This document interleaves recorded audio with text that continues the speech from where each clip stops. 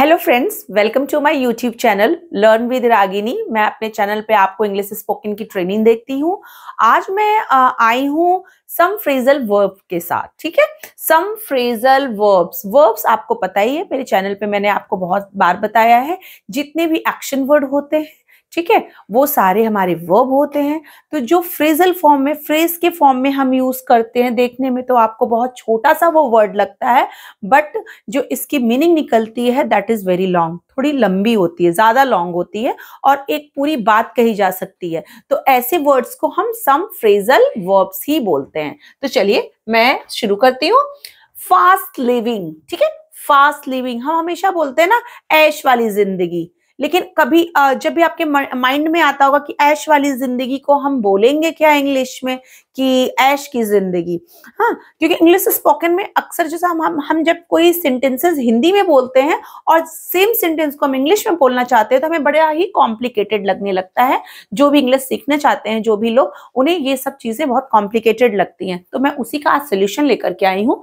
Fast living, ऐश आराम की जिंदगी। अब आप इसको कैसे बनाएंगे? ठीक है, एज अ टेंस आप बना सकते हैं। सबसे पहले आपको मेरे चैनल पे जितने भी टेंस की वीडियोस अपलोडेड हैं, प्लीज आप उसको जरूर देखिएगा कि बिना टेंस के नॉलेज के आप कोई भी सेंटेंस नहीं बना सकते हो। सिर्फ टेंस की नॉलेज होनी चाहिए, उसके अलावा आपको कोई भी नॉलेज जरूरत नहीं है कि बहुत डीपली आपको ग्रामर में जाना है, बट अपनी बात कहने के लिए टेंस की नॉलेज होनी चाहिए। तो ओके, फास्ट लिविंग, ऐश आराम की जिंदगी। अगर इसको हम टेंस में बनाएं या सेंटेंस में बोले कि अमीर बच्चों को, अमीर लोगों के बच्चों को हमेशा ऐश आराम की जिंदगी अच्छी लगती है। हम लोग ऐसे बोलते हैं ना कि अरे भाई, जैसे बच्चों को रखो तो जो अमीर बाप के बच्चे होते हैं तो ऐश आराम की जिंदगी अच्छी लगती है। तो आप इसको कैसे बनाएंगे? कुछ भी आप बना सकते हैं। The rich childrens always believe in fast living, या लाइक फास्ट लिविंग। ठीक है, जो अमीर घराने के बच्चे होते हैं उन्हें फास्ट लाइफ अच्छी लगती है, they like fast living. Second, drop a line, छोटा सा पत्र लिखना या मैसेज करना। मान लीजिए आप कोई पत्र नहीं लिखता है, अब हम लोग मैसेज करते हैं या पत्र भी लिखते हैं, तो अ ड्रॉप अ लाइन, छोटा सा पत्र लिखना। तो आप इसको कैसे बनाएंगे? As soon as I reached Gorakhpur I will drop a line. ठीक है, मैं छोटा सा पत्र लिखूंगी, I will drop a line to you. मैं आपको एक छोटा सा पत्र लिखूंगी, I will drop a line to you. तो आप जैसे ही सेंटेंस को बना रहे हैं, आप बनाते जाएंगे टेंस के अकॉर्डिंग, और छोटा सा पत्र लिखना जब ये वाला, तो drop a line. Dead tired, बहुत ज्यादा थका हुआ, डेड टायर्ड। हम कहते हैं ना, आज तो हम बहुत थके हैं कि बस बिल्कुल उठ भी नहीं सकते हैं, बहुत ज्यादा। एक थकना टायर्ड होता है, बट बहुत ज्यादा तो डेड टायर्ड। वेरी टायर्ड से अच्छा ना डेड टायर्ड। वेरी से भी वो थोड़ा सुपीरियर हो जाता है जब हम बहुत ज्यादा थक जाते हैं। तो उसको हम कैसे बोलेंगे? आफ्टर वॉकिंग 4 miles, ठीक है, after walking 4 miles I became dead tired and I am going to sleep. मैं 4 मील टहल करके इतना ज्यादा थक गई कि अब मैं सोने जा रही हूँ। फाइट शाई, जी चुराना। ठीक है, किसी भी काम से जी चुराना जो हमें करने का मन नहीं करता, या टालना आप कह सकते हैं। ठीक है, जी चुराना के साथ में आप टालना भी बोल सकते हैं, कोई काम आप टाल रहे हैं।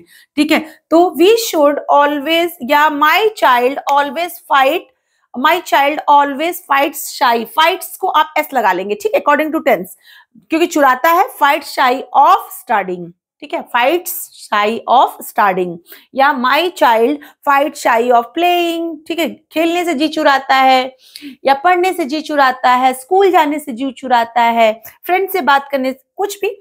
फ्रेंच लीव, ठीक है, बिना बताए चले जाना। कभी भी बिना इन्फॉर्म किए आप चले जाते हो, छुट्टी ले लेते हो, तो उसे कहते हैं फ्रेंच लीव, बिना बताए चले जाना।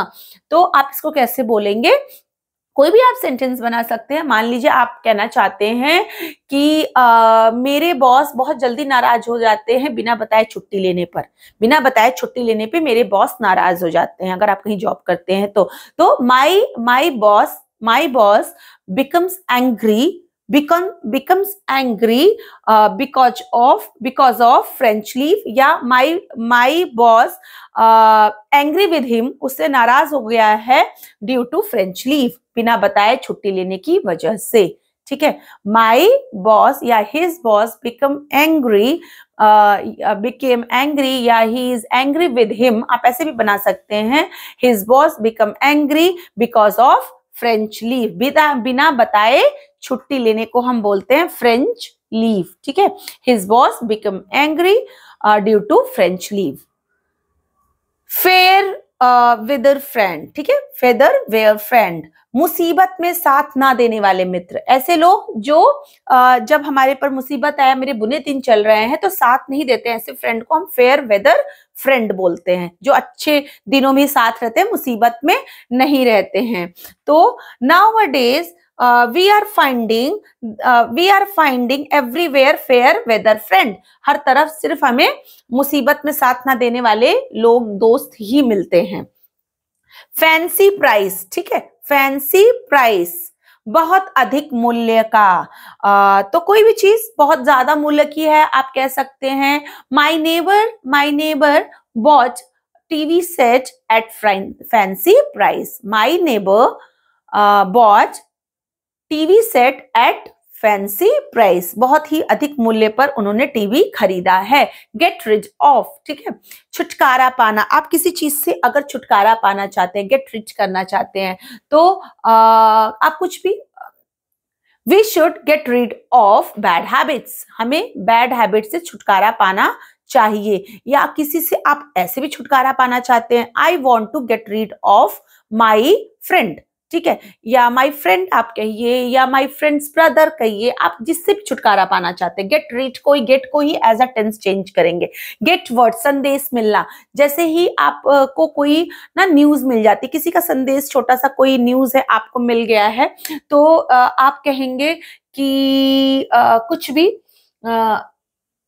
suddenly I got word about my brother, he became ill, ठीक है।